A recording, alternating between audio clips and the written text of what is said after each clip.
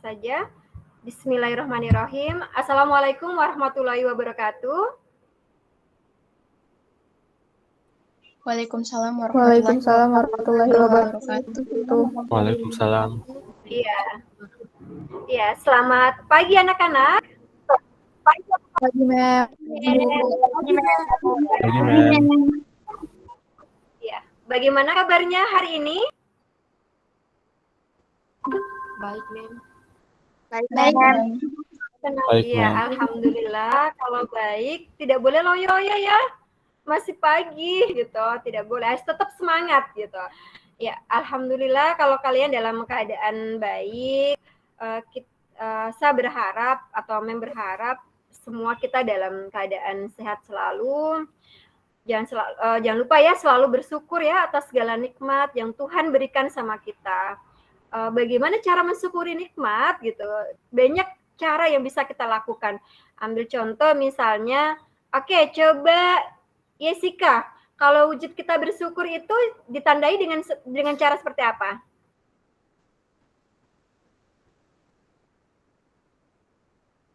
Ya? Ada yang lain? Ada yang tahu? Coba. Tidak. Tunggu, Mem, temu tadi. Kita berdoa, Mem, kayak kita masih berdoa. bisa dikasih. Berdoa itu juga bagian dari rasa syukur. Selain berdoa, kira-kira apa lagi? Ibadah juga ya, rajin ibadah juga bagian dari rasa syukur gitu. Terus mengerjakan tugas yang diberikan. Iya, betul sekali ya. Aplaus ya untuk dia. Ya, mengerjakan tugas yang diberikan sama guru itu juga bagian dari rasa syukur. Jadi syukur itu bisa banyak hal ya yang bisa kita lakukan dalam hidup ini. Intinya adalah kita melakukan hal-hal positif dalam hidup kita, itu juga bagian dari rasa syukur. Nah, melalui kesempatan ini Mem juga mau mengingatkan kita sekarang masih dalam suasana pandemi ya, masih dalam suasana pandemi COVID-19. Apalagi sekarang masih PPKM. Mem selalu ingatkan bahwa kita tetap harus menjaga prokes gitu. Ingat ya pesan Ibu 3M.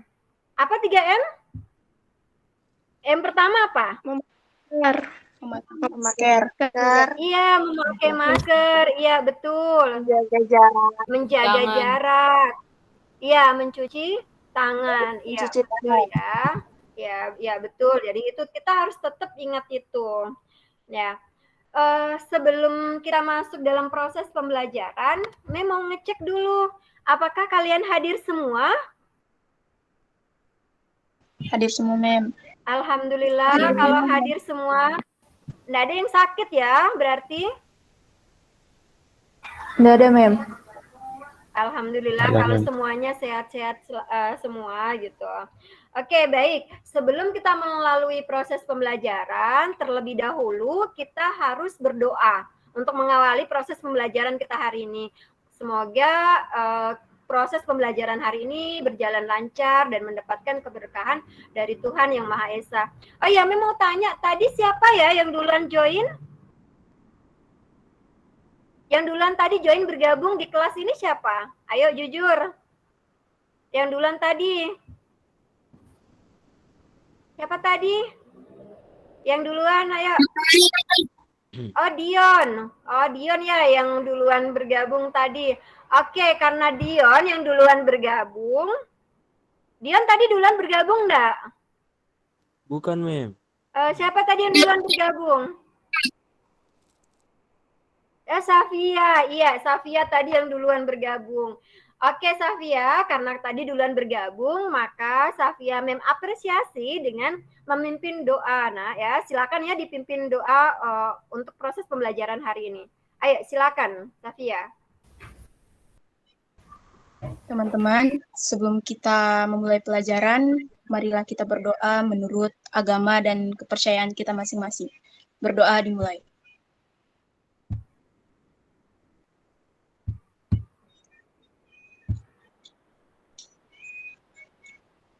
Berdoa selesai.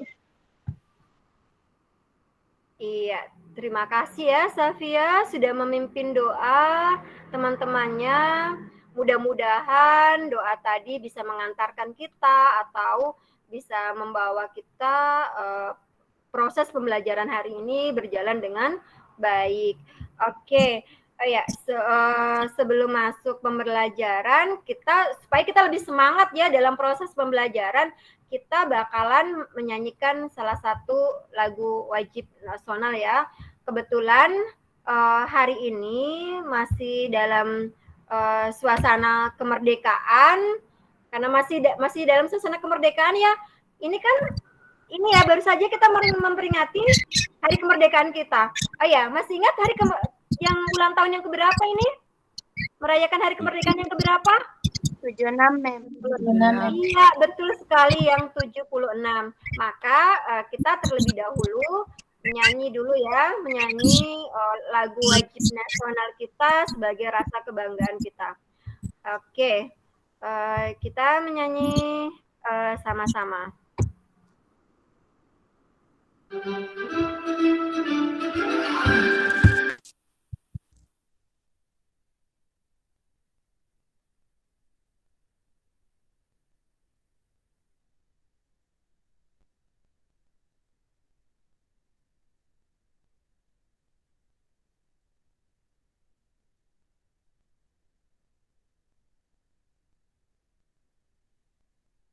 Ayo ya, kita menyanyi sama-sama, Nak.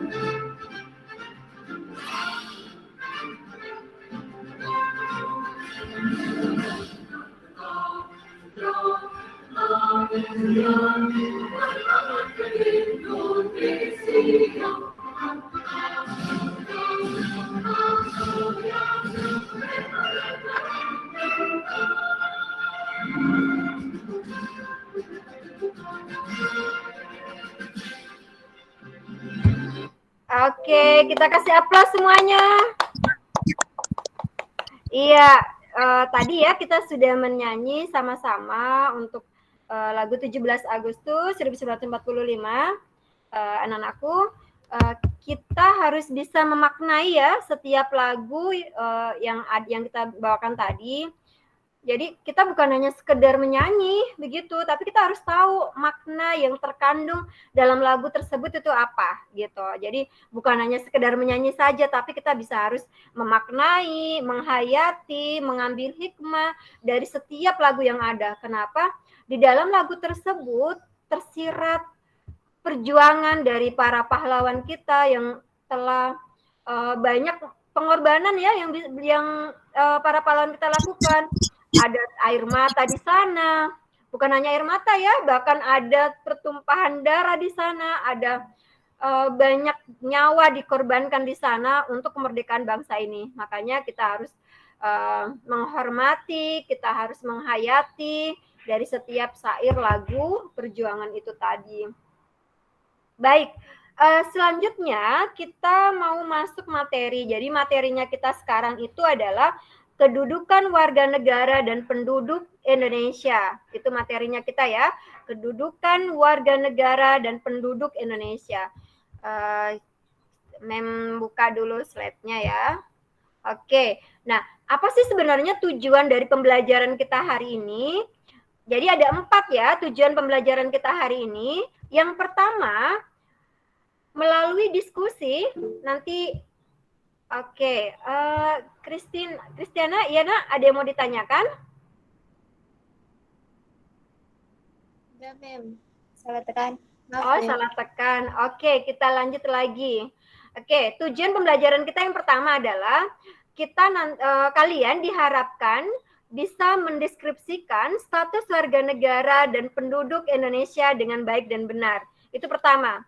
Terus yang kedua, kalian bisa menjelaskan asas-asas kewarganegaraan Indonesia. Yang ketiga, kalian bisa mengidentifikasi apa sih sebenarnya syarat-syarat menjadi warga negara Indonesia itu seperti apa syaratnya. Terus yang keempat, kalian bisa menganalisis kedudukan warga negara dan penduduk di Indonesia. Jadi ini adalah merupakan 4 tujuan pembelajaran kita hari ini. Bisa dipahami ya, Nak ya? Bisa, Bisa, Mem. Mem. Oke, alhamdulillah kalau bisa dipahami. Kita masuk ya. Nah, Mem ingatkan di dalam proses pembelajaran ini penilaian itu selalu jalan. Selalu saya katakan bahwa penilaian itu kan ada 3. Ada penilaian secara afektif, penilaian secara psikomotorik atau keterampilan kalian, dan penilaian secara pengetahuan. Kalau penilaian secara afektif atau sikap itu Mem lakukan adalah dengan melihat kalian, mengobservasi kalian. Misalnya tadi Mem mengucapkan salam, kalian menjawab salam, terus tadi kalian berdoa, itu juga bagian dari observasi sikap ya, dilihat sikap kalian. Terus kalau ada teman bicara, kalian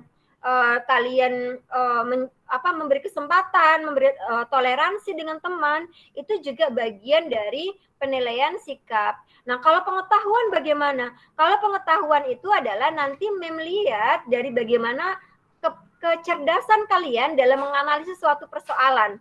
Nanti juga akan dilihat juga pada waktu kalian mengerjakan tes evaluasi atau uji kompetensi nanti terakhir. Kalian akan mengerjakan LKPD ya, nanti di akhir dari proses pembelajaran akan ada LKPD yang Mem share dan itu kalian harus mengerjakan. Terus kalau keterampilan sikap bagaimana? Kalau keterampilan sikap, kalau keterampilan penilaian keterampilan itu dilihat dari, karena nanti akan saya bagi kalian menjadi beberapa kelompok, maka kalian nanti bisa menunjukkan dilihat dari bagaimana kalian mengemukakan pendapat, bagaimana kalian mengapresiasi teman kalian, itu semua yang menjadi indikator dari penilaian ini. Ingat ya, ada 3, ada penilaian sikap, ada penilaian pengetahuan, dan ada penilaian keterampilan. Jadi saya berharap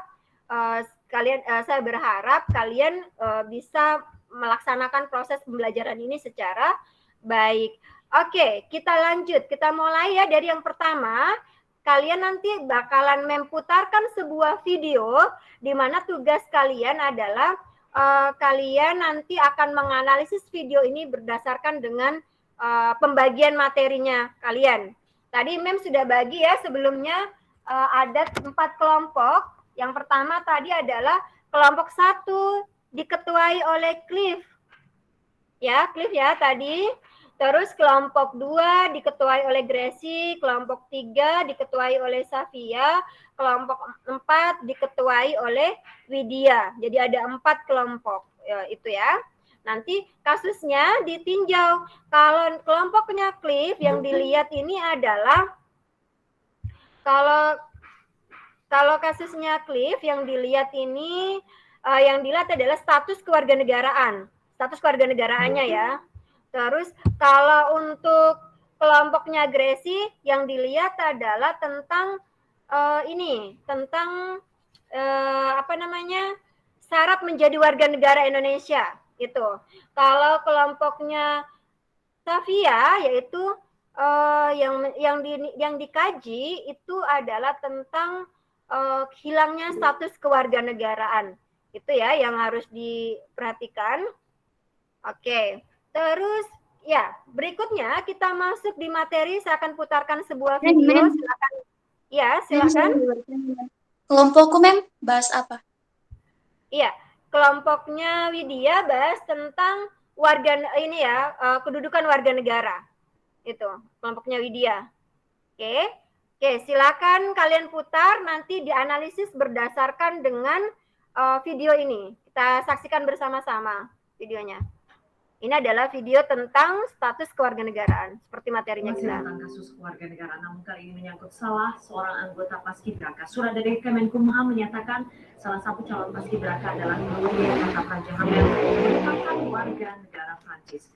Gloria lahir 1 Januari tahun 2000 dari pasangan suami istri Didier Andre Auguste Hamel, warga negara Prancis, dan Ira Hartini, warga negara Indonesia. Gloria memegang paspor Prancis dan pemegang kartu izin tinggal tetap hingga tahun 2021. Gloria tidak pernah didaftarkan oleh orang tuanya untuk memperoleh kewarganegaraan Indonesia.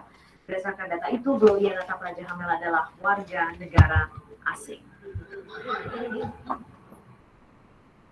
Dan pemerintah menggugurkan seorang calon pasukan pengibar bendera Paskibraka, Gloria Natapraja Hamel, wakil Jawa Barat. Gloria batal dikukuhkan menjadi Paskibraka karena dianggap memiliki kewarganegaraan ganda. Produser lapangan CNN Indonesia, Maria Sarjana, sempat menemui Gloria saat berlatih pagi tadi. Saat ini saya sudah bersama dengan Gloria Natapraja Hamel yang bersama saya.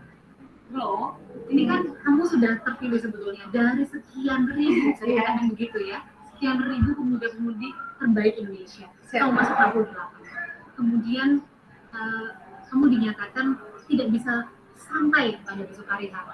Sebetulnya apa sih Pak?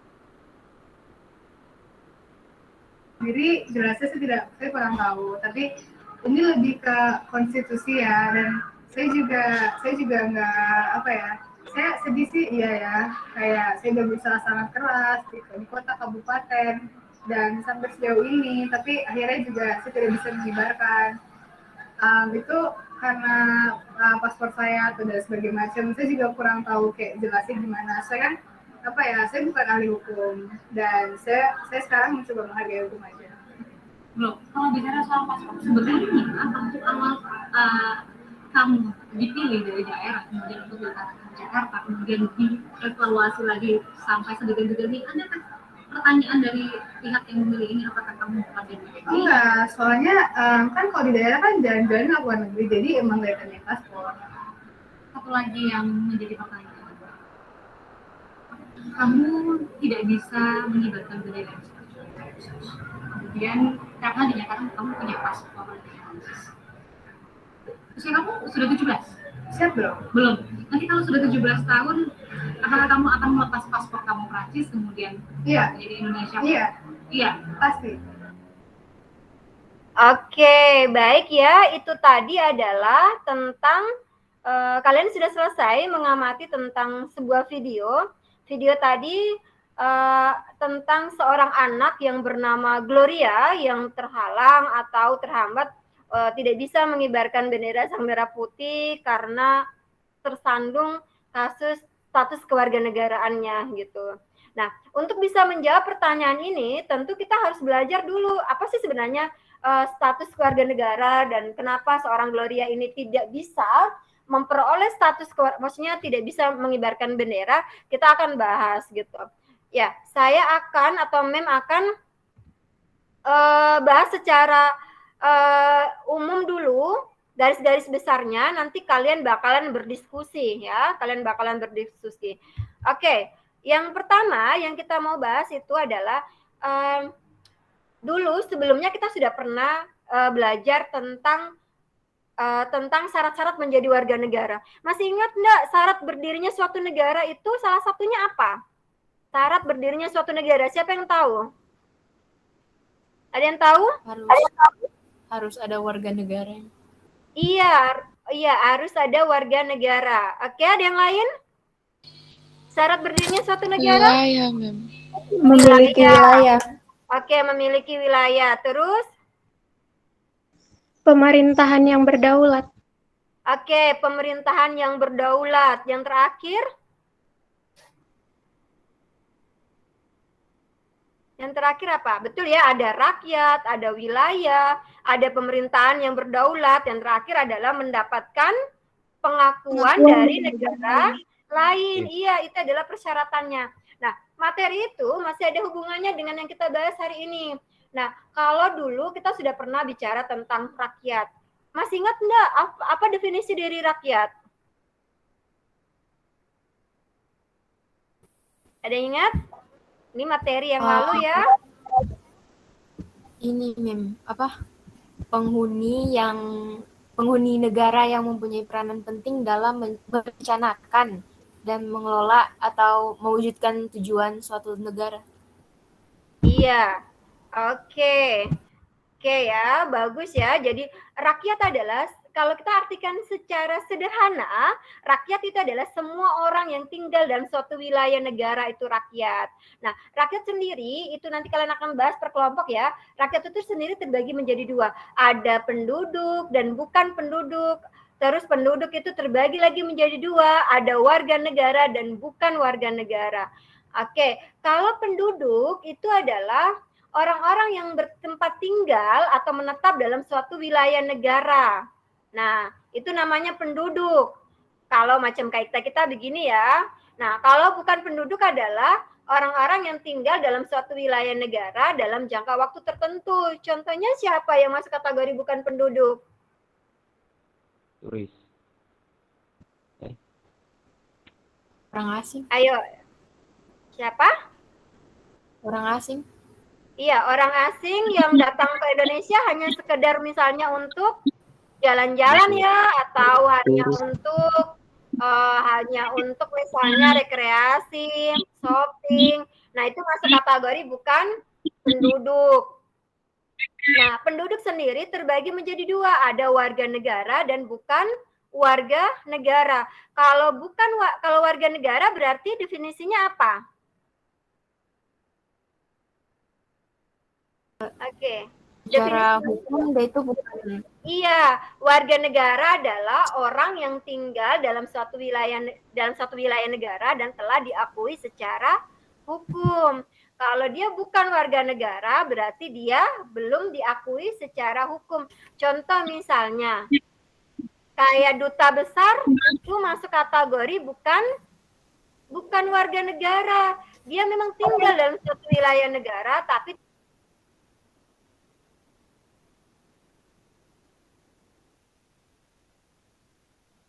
ini ya, status warga negara Indonesia ini akan dibahas oleh kelompok 1. Kelompoknya siapa tadi 1?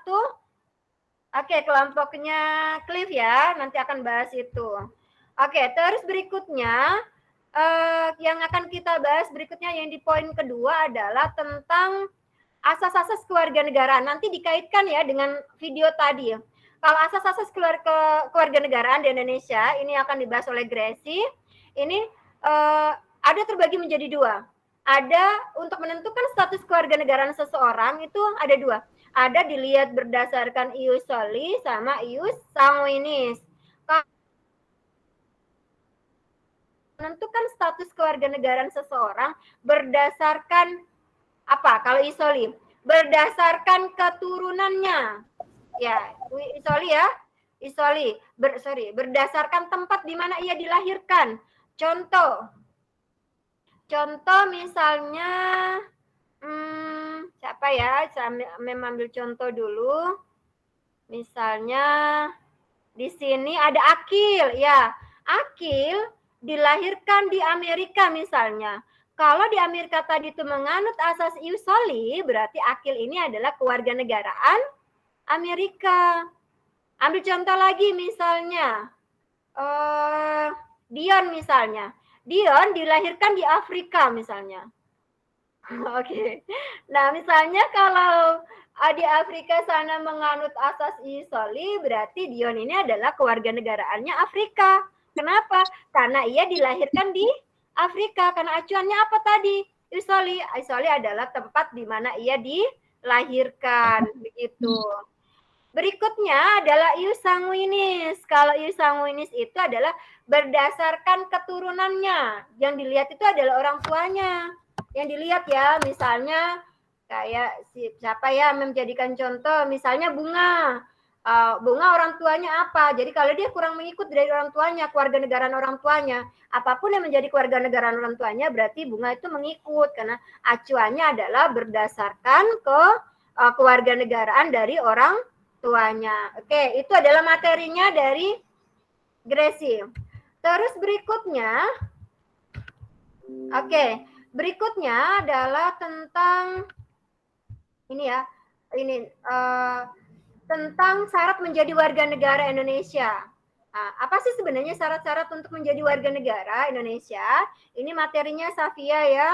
Materinya Safia, nanti Safia akan menjelaskan ada beberapa syarat untuk bisa menjadi warga negara Indonesia. Nanti lebih detailnya, nanti dikaitkan dengan video tadi yang kita putar di depan tadi, nanti dikaji berdasarkan materi ini. Oke, itu bagiannya dari Safia. Berikutnya, yang terakhir yaitu tentang penyebab hilangnya kewarganegaraan Indonesia. Ternyata kewarganegaraan itu bisa hilang. Jadi kewarganegaraan seseorang itu bisa hilang ya. Ada beberapa syarat atau beberapa penyebab hilangnya kewarganegaraan seseorang.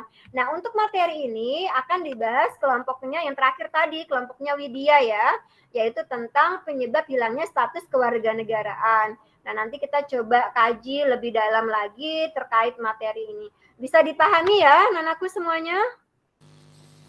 Ya, alhamdulillah kalau bisa. Oke. Tadi Mem sudah jelaskan secara singkat. Sekarang giliran kalian untuk memaparkan ya, memaparkan berdasarkan yang didapat materinya tadi. Oke, saya awali dari kelompoknya Cliff. Oke, Cliff, silakan Cliff. Coba presentasikan ini nah ya, secara garis-garis besar yang kamu ambil dari materi hari ini. Silakan Cliff.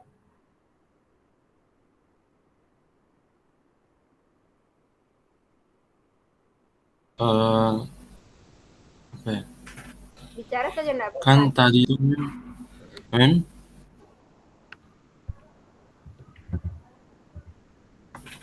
lanjut Mem.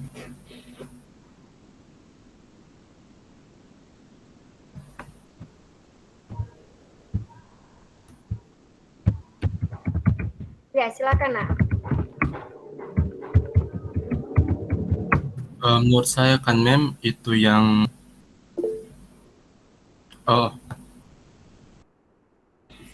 Assalamualaikum warahmatullahi wabarakatuh. Waalaikumsalam warahmatullahi wabarakatuh. Waalaikumsalam warahmatullahi wabarakatuh.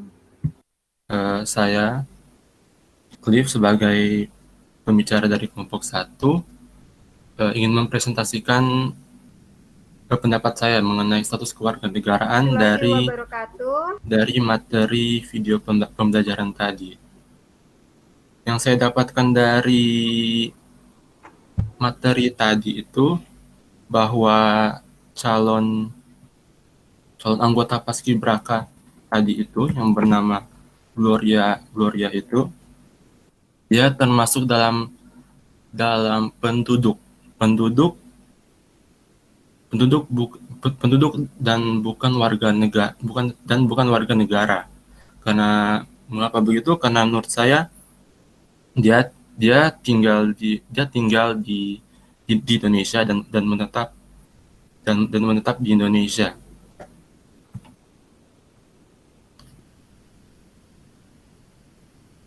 Oke, bagus sekali ya presentasi dari kelompok 1. Ya, kita beri aplaus dulu untuk kelompok 1. Iya, berikutnya silakan presentasi ya untuk kelompok 2.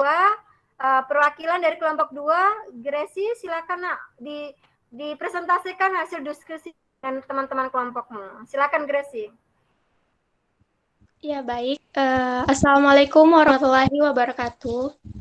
Waalaikumsalam. Warahmatullahi Waalaikumsalam. wabarakatuh. Perkenalkan, nama saya Gracie Ayu Laurencia, perwakilan dari kelompok 2, yang akan membahas mengenai status kewarganegaraan. Nah, status kewarganegaraan Indonesia itu dibagi menjadi 2, yaitu yang pertama asas ius sanguinis, yaitu di mana kewarganegaraan seseorang itu ditentukan berdasarkan di mana keturunan orang yang bersangkutan. Sedangkan kalau asas ius soli itu dia itu berdasarkan di mana tempat dia dilahirkan. Seperti itu. Terus ada perbedaan dalam menentukan kewarganegaraan. Nah, yang pertama itu ada apatride, yaitu orang yang tidak memiliki status kewarganegaraan, dan yang kedua itu ada bipatride, yaitu orang yang mempunyai 2 macam kewarganegaraan sekaligus. Nah, terus dalam menentukan status kewarganegaraan seseorang itu ada stel pasif dan stel aktif. Nah, stel aktif itu di mana menggunakan upaya hukum, dan kalau stel pasif itu dia tanpa menggunakan upaya hukum. Sekian dari saya. Wassalamualaikum warahmatullahi wabarakatuh. Waalaikumsalam warahmatullahi wabarakatuh. Bagus sekali ya yang disampaikan oleh kelompok 2. Oke, kita beri aplaus juga untuk kelompok 2. Ya, oke, luar biasa ya penampilan dari kelompok 2. Berikutnya untuk kelompok 3, silakan mempresentasikan hasil diskusi bersama teman-temannya. Nah, silakan. Perwakilan dari Safia. Oke, silakan Safia. Assalamualaikum warahmatullahi wabarakatuh. Sebelumnya terima kasih Mem sudah memberikan saya kesempatan untuk berbicara. Di sini saya perwakilan dari kelompok 3 akan mempresentasikan syarat-syarat kewarganegaraan. Nah, sedangkan dalam video tadi Gloria itu gagal jadi paskibraka karena dia mempunyai paspor Prancis. Sedangkan yang ditentukan oleh pasal 9 Undang-Undang RA Republik Indonesia nomor 12 tahun 2006, ketentuannya itu pertama, telah berusia 18 tahun atau sudah kawin. Yang kedua itu pada waktu mengajukan permohonan sudah bertempat tinggal di wilayah negara Republik Indonesia, paling singkat 5 tahun berturut-turut atau paling singkat 10 tahun tidak berturut-turut. Nah, sedangkan Gloria tadi, dia cuman mempunyai paspor Prancis. Makanya dia tidak termasuk syarat dari kewarganegaraan. Itu akibatnya dia gagal jadi paskibraka. Sekian dari presentasi saya. Wassalamualaikum warahmatullahi wabarakatuh.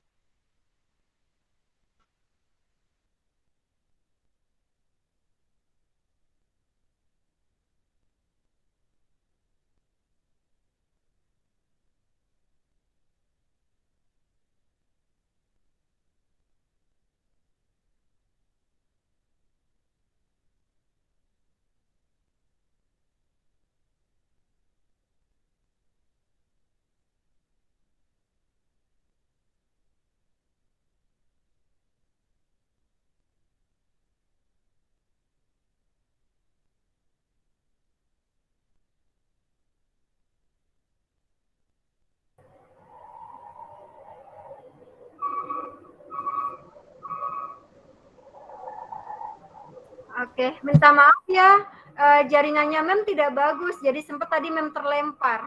Tapi alhamdulillah bisa balik lagi. Oke, kita lanjut lagi ya. Tadi kelompok 3 ya, sudah selesai presentase. Minta maaf ya, jaringannya Mem kurang bagus. Oke, sekarang kelompok yang terakhir, kelompok 4, kelompoknya Widya. Silakan Widya, dipresentasikan hasil diskusinya, Nak.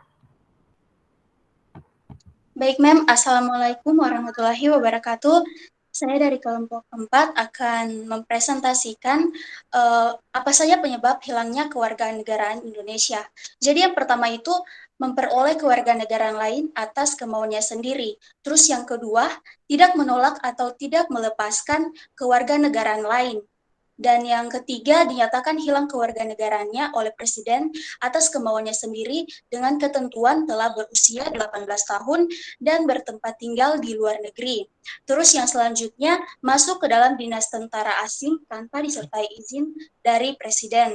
Dan yang selanjutnya, mengangkat sumpah atau menyatakan janji setia kepada negara asing. Terus yang selanjutnya turut serta dalam pemilihan suatu yang bersifat ketatanegaraan suatu negara asing. Dan yang selanjutnya lagi mempunyai paspor atau surat yang bersifat paspor dari negara asing. Dan yang terakhir bertempat tinggal di luar negeri, yaitu negara Republik Indonesia selama 5 tahun terus-menerus, bukan dalam rangka dinas negara. Sekian dan terima kasih. Iya, terima kasih ya. Ya, kita beri aplaus dulu untuk semuanya, baik kelompok 1, kelompok 2, kelompok 3, dan kelompok 4. Ayo kita beri aplaus dulu ya untuk semuanya. Ya, demikian tadi hasil persentase dari di-unmute dulu ya yang tidak ini. Oke, demikian tadi presentase dari dari 4 kelompok, penampilan yang sangat luar biasa, sangat bagus sekali. Oke, sebelum kita masuk di kesimpulan hari ini, coba diaktifkan dulu kameranya semuanya. Oke, kita break dulu. Kita mau mencoba untuk menerapkan kesadaran diri ya, itu ya. Kita ini buka dulu Akil, kasih nyala ya, atau jaringannya mem yang tidak bagus ini. Kayaknya ada beberapa yang tidak ini terbuka gitu. Oke, ya. Oke, bagus ya. Oke, caranya bagaimana? Caranya adalah kalian jangan ada yang pegang apapun ya. Kita coba konsentrasi dulu. Ini bukan memang hipnotis kalian ya, bukan gitu. Tapi kita mau mencoba menerapkan pembelajaran yang memiliki kesadaran penuh, yaitu tangan kita tidak ada pegang buku, tidak ada pegang pulpen, terus posisi tegap. Oke, semuanya ya posisi tegap ya. Oke, dah habis itu kalian pejamkan mata. Oke, semua pejamkan mata.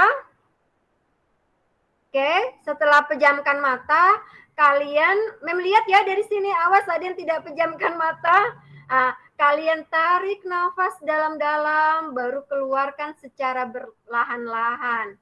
Oke, kita hitung ya dari 1. Ya, tarik nafas dalam-dalam, lepas pelan-pelan. Oke, kita ulangi lagi. Tarik nafas dalam-dalam, keluarkan pelan-pelan. Terakhir, tarik nafas dalam-dalam dan keluarkan pelan-pelan. Oke, bagus. Sekarang coba buka mata kalian. Agak lebih rileks ya setelah kalian melakukan itu. Ya, Mem. Iya, pasti agak lebih rileks. Sekarang Mem mau ngetes dulu konsentrasi kalian. Caranya, coba sebutkan 3 warna yang ada di depan kalian. Saya mau tes dulu. Oke, Nurul Aisyah Syahrani. Oke, coba boleh disebutkan sama teman-temannya warna apa yang di depan Muna sekarang? 3 warna. Ada warna pink, ada warna biru, sama ada warna merah. Oke, ada warna pink, biru, sama merah. Oke, berikutnya mau tes Tersia atau Heba. Coba nak tadi setelah buka mata, kira-kira sekarang bisa enggak lihat warna apa yang ada di depannya Tersia sekarang? Banyak warna, Mem. Oh, banyak warna. Kalau banyak warna, Iya. cukup disebutkan 3 saja ya. Oke, iya, Mem. Sebutkan 3. Ada warna hijau, warna putih, warna biru. Oke, warna hijau, warna putih, warna biru. Oke, coba saya mau tes lagi. Amelia Berlian. Oke, nak. Ayo, Amel, ayo sebutkan sama teman-temannya warna apa yang sempat Amel lihat tadi setelah buka mata. Warna biru, warna putih dengan warna merah, Mem. Oke, warna biru, warna putih, dan warna merah. Oke, saya yakin ya dari semuanya pasti lebih konsentrasi lagi setelah melakukan break tadi dengan menguji kesadaran diri kita gitu. Oke, kita sudah di ujung kegiatan pembelajaran kita ya. Kita sudah mau closing untuk pembelajaran kita hari ini. Coba saya mau minta salah satu dari kalian mengambil kesimpulan dari apa yang kita dapat dalam proses pembelajaran hari ini. Secara bergantian apa yang kalian peroleh misalnya. Oke, dari Akil. Silakan Akil. Kira-kira apa yang bisa diambil kesimpulan dari proses pembelajaran hari ini? Nah, yang Akil tahu nanti bergantian ya dengan yang lain. Oke, ayo Akil.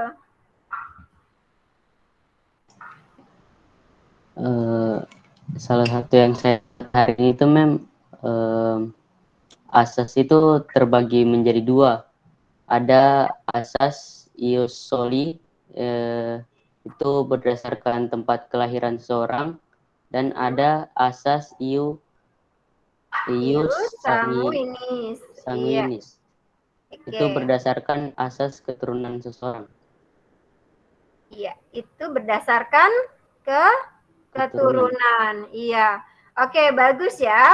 Oke, berikutnya lagi siapa yang mau menyimpulkan selanjutnya? Oke.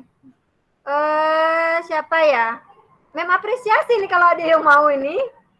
Oke, mungkin Safia, apa yang bisa disimpulkan dalam pembelajaran hari ini, Nak? Dari kesimpulan yang saya dapat untuk pembelajaran hari ini yaitu kita dapat bekerja sama bersama teman-teman untuk dapat mempresentasikan hasilnya dan juga tapi kita terbatas oleh waktu, begitu Mem. Oke, kayaknya jaringan ya. Jaringan ini bermasalah ini, jaringan ini. Aduh, jaringannya Mem tidak bagus. Oke, berikutnya coba Aulia. Belum ada ya suaranya Aulia dari tadi.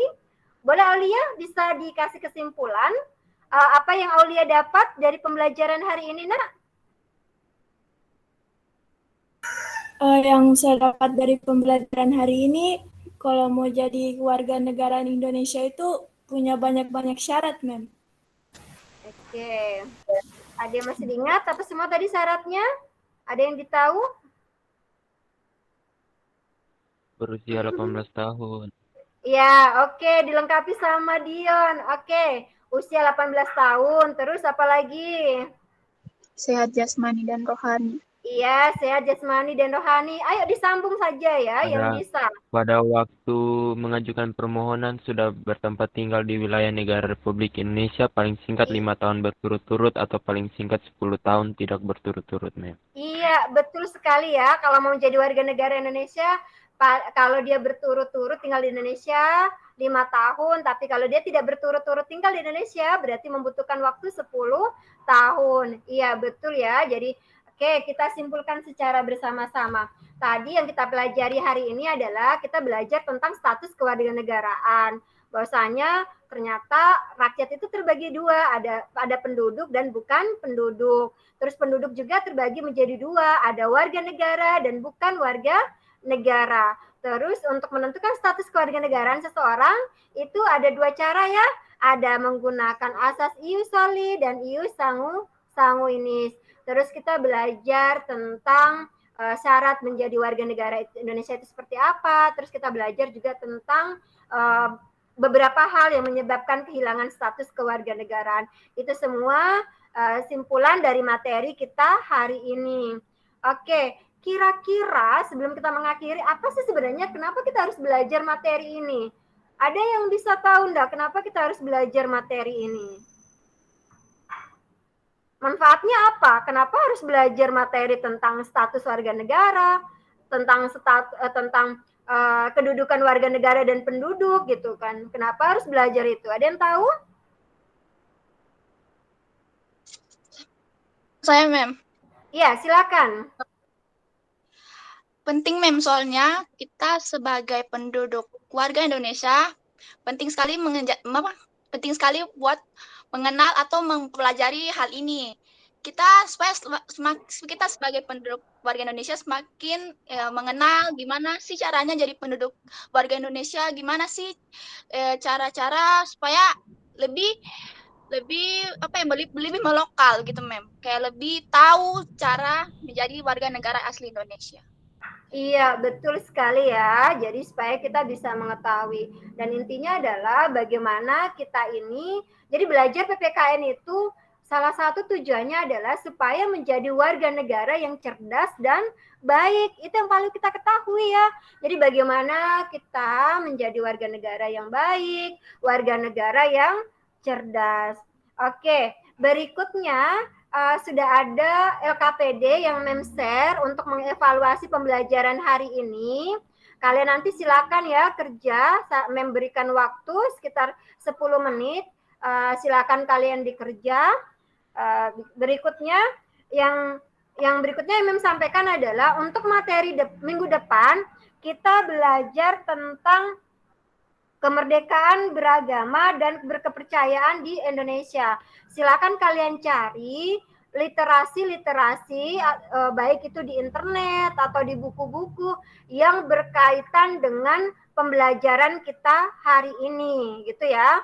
Supaya apa? Supaya ketika minggu depan kita sudah belajar, kalian sudah paham gitu. Kenapa sebelumnya kalian sudah berliterasi. Oke ya, bisa dipahami. Terus tidak lupa juga mau mengingatkan, ingat ya selalu belajar dan belajar terus, jangan pernah merasa bosan. Ingat, orang-orang yang belajar adalah orang yang pemilik masa depan. Pemilik masa depan ya. Sebaliknya, orang-orang yang tidak mau belajar adalah pemilik masa lalu. Jadi kira-kira kalian mau jadi apa? Pemilik masa depan atau pemilik masa lalu? Depan. Iya, pemilik masa depan. Tidak ada ya orang mau menjadi pemilik masa lalu gitu kan. Makanya kalau mau jadi pemilik masa depan berarti harus belajar, harus rajin belajar. Jangan pernah menyerah, jangan pernah patah semangat walaupun kita belajarnya secara daring. Harus tetap optimis ya. Semoga lah kita berdoa mudah-mudahan pembelajaran kedepannya ini sudah bisa dilakukan secara offline atau secara langsung ya, jangan secara daring lagi gitu. Oke, demikian pembelajaran hari ini. Mohon maaf kalau ada salah-salah kata selama proses pembelajaran tadi ya. Saya yakin mungkin yang namanya manusia tidak luput dari salah dan hilaf gitu. Baik, sebelum kita mengakhiri pembelajaran hari ini, terlebih dahulu kita berdoa ya. Terus saya beri kesempatan kepada Kristiana Mayui untuk memimpin doa pada hari ini ya. Untuk mengakhiri pembelajaran kita hari ini. Oke, silakan Kristiana, pimpin doa untuk teman-temannya. Teman-teman, sebelum kita mengakhiri pembelajaran kita pada pagi hari ini, saya ajak teman-teman kita berdoa menurut keyakinan dan agama kita masing-masing. Berdoa dimulai.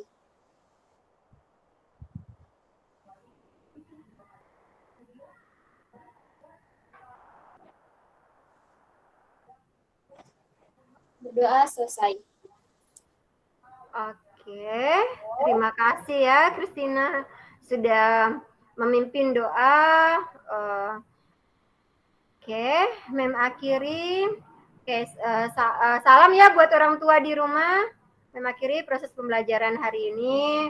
Assalamualaikum warahmatullahi wabarakatuh dan selamat pagi. Waalaikumsalam warahmatullahi wabarakatuh. Terima kasih, Mem. Terima kasih, Mem.